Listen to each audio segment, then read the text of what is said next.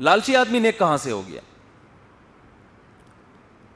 ایک صاحب مجھے ملے، ایج ہوگی میرا خیال ہے 60 سال، بیگم کا انا للہ و انا الیہ راجعون ہو گیا، اتفاق سے ہو گیا، ورنہ تو عام طور پر پہلے میاں کا انا للہ ہوتا ہے، بیگم تسلی کرتی ہے کہ چلا گیا نا آرام ہو گیا، پھر اس کے بعد تشریف لے کے جا، عام طور پر۔ شاید اس کی یہ وجہ بھی ہو کہ مرد کی عمر زیادہ ہوتی ہے، عورتیں جب شادی ہوتی ہے تو خواتین کی عمر کم ہوتی ہے، اچھی تعویل کرنی چاہیے۔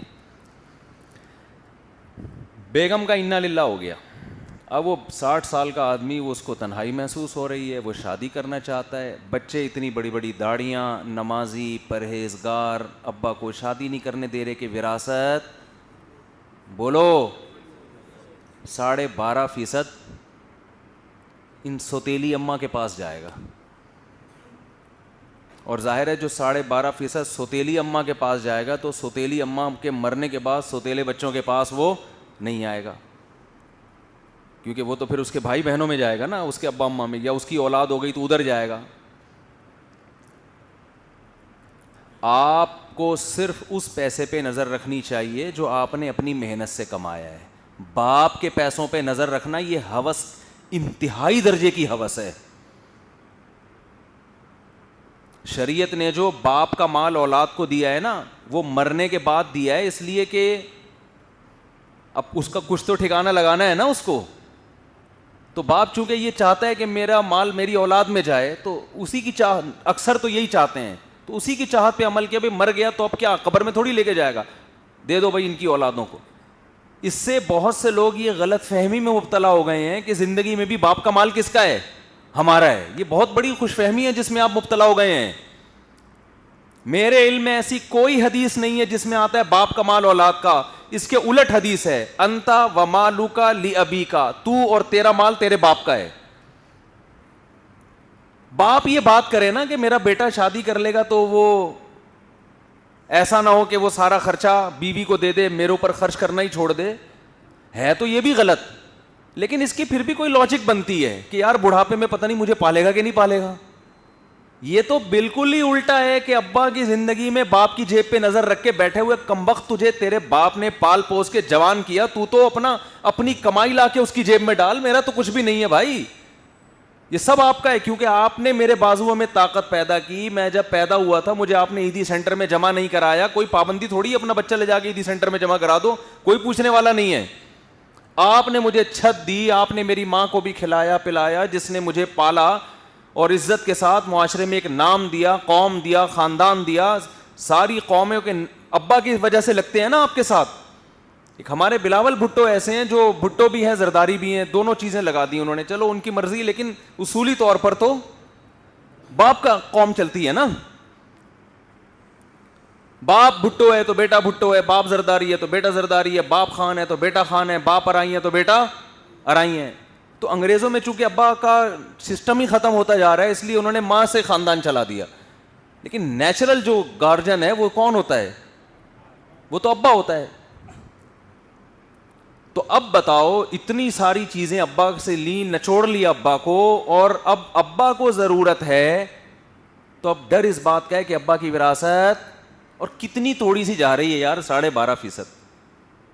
ان کو ڈر ہے کہ ابا کے ہاں ایک اور بچہ نہ پیدا ہو جائے، اب اندر سے ابا کے کیا جذبات ہیں یہ تو کوئی نہیں جانتا نا۔ تو ابا کے اولاد پیدا ہو گئی تو پھر وراثت، اور یہ میں ان اباؤں کی بات کر رہا ہوں جو کروڑ پتی ہیں، جن کے پاس نوٹ گننے کا ٹائم نہیں ہے، جن کا آدھی جائیداد بھی کہیں چلی جائے نا پھر بھی بچے کروڑوں خربوں کے، کروڑوں روپے کے مالک بنیں گے، کیونکہ یہ ہوس ہم نے غریبوں میں نہیں دیکھی، یہ کس میں دیکھی ہے؟ مالدار میں۔ غریب میں اگر یہ ہو نا کہ یار ابا ایک پلاٹ چھوڑ کے جا رہے ہو 20 لاکھ کا، شادی کر کے ایک اور بچہ پیدا ہو گیا تو یہ 25% وہاں چلا جائے گا تو ہمیں بچے گا کیا؟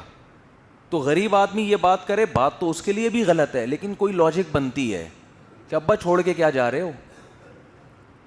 خالی دھوئیں چھوڑ کے جاؤ گے کیا سگریٹ کے وراثت میں؟ لیکن غریب یہ بات نہیں کرتے. یہ بات کون کر رہا ہے؟ مالدار. ضرورت غریب کو زیادہ ہے, باتیں اس طرح کی کون کرتے ہیں؟ مالدار بچے. کیوں؟ جب دولت آتی ہے تو گھر سے دین نکلتا ہے.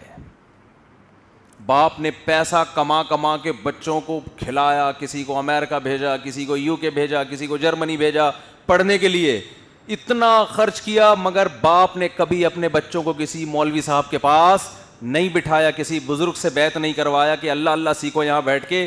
بزرگوں کا, علماء کا, اہل اللہ کا احترام نہیں سکھایا, ان کے قدموں میں بیٹھنا نہیں سکھایا. نتیجہ کیا نکلا؟ یہی اولاد باپ کی ضرورت کو سامنے نہیں رکھ رہی ہے. باپ تو تنہائی سے مر جا, بیڑا غرق ہو جا, سارا نہ چھوڑیں گے تجھے ہم. ہونا تو یہ چاہیے تھا کہ اولاد خود کہتی ابا آپ کو ضرورت ہے, آپ صرف اپنے خرچے پہ نہیں, ہم آپ کی یہ ضرورت پوری کریں گے, ہم دیں گے آپ کو پیسہ, آپ نکاح کرو, آپ کے 10 بچے پیدا ہو جائیں, کوئی بات نہیں, جس اللہ نے ہمیں کھلایا ہے وہ ان کو بھی کھلائے گا. ہم صرف اپنے پیسے کے مالک ہیں. ہاں اگر ہماری جائیداد میں سے اس کو حصہ دے رہے ہیں تو ہم یہ ابا یہ کیا ہو جائے گی؟ زیادتی ہو جائے گی. بھائی ہم نے اپنی محنت سے کمایا تو ابا وہ کما لیں اپنی محنت سے. جن کے دل میں سخاوت ہے وہ تو یہ کہیں گے نا, 3 درجے ہوتے ہیں نا, ایک کنجوسی کا, ایک بیلنس ہے, اور ایک سخاوت ہے. ایک درمیانہ درجہ ہے, ایک کیا ہے؟ سخاوت.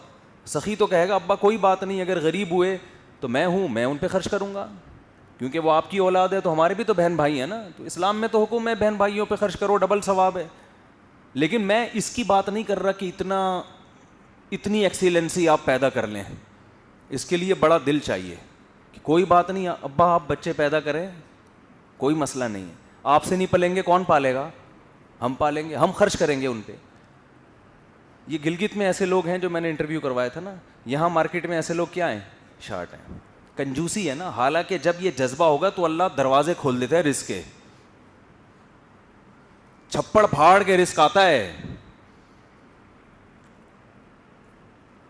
لیکن اتنی ایکسیلنسی پیدا نہیں کر سکتے تو کم از کم اتنا تو ہو کہ ابا آپ کا پیسہ ہے, جو چاہے کرو بھائی, آپ نے تو ہمیں اتنا کھلایا, اتنا پلایا, ہم تو مقروض ہیں آپ کے, ہم تو زندگی بھر آپ پہ خرچ کرتے رہے, آپ کا احسان ادا نہیں کر سکتے. اتنا دل خون کے آنسو رونے کا کرتا ہے نا جب باپ مجھے اپنے بچوں کے سامنے بتا رہا ہوتا ہے اور بچہ بیٹھا ہوا دیکھ رہا ہوتا ہے. یہ نہیں کہتا ابا ایسی بات کیوں کر رہے ہو, آپ کرو بھائی, آپ کا پیسہ ہے, ہمارا تھوڑی ہے.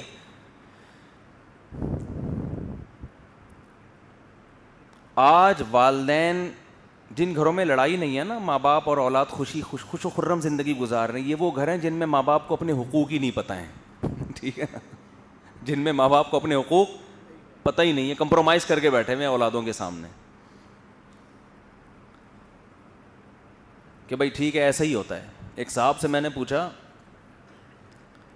تو وہ یورپ میں رہتے ہیں, میں نے کہا آپ کے بچے آپ کی بڑھاپے میں خدمت کریں گے؟ انہوں نے کہا پتہ نہیں یار, ہو سکتا ہے کر لیں, نہیں بھی کریں تو کہہ رہے ہیں ہم اپنے لیے اتنا انتظام کر لیتے ہیں, پیسے جمع کر لیتے ہیں کہ بڑھاپے میں وہ ہمارے کام ہے, ہم بچوں پہ ڈیپینڈ. بہت ہی لبرل قسم کے ہوں گے یا کیا ہوگا. میں نے کہا یہ کیا بات ہوئی بھائی, یہ کیا بات ہوئی؟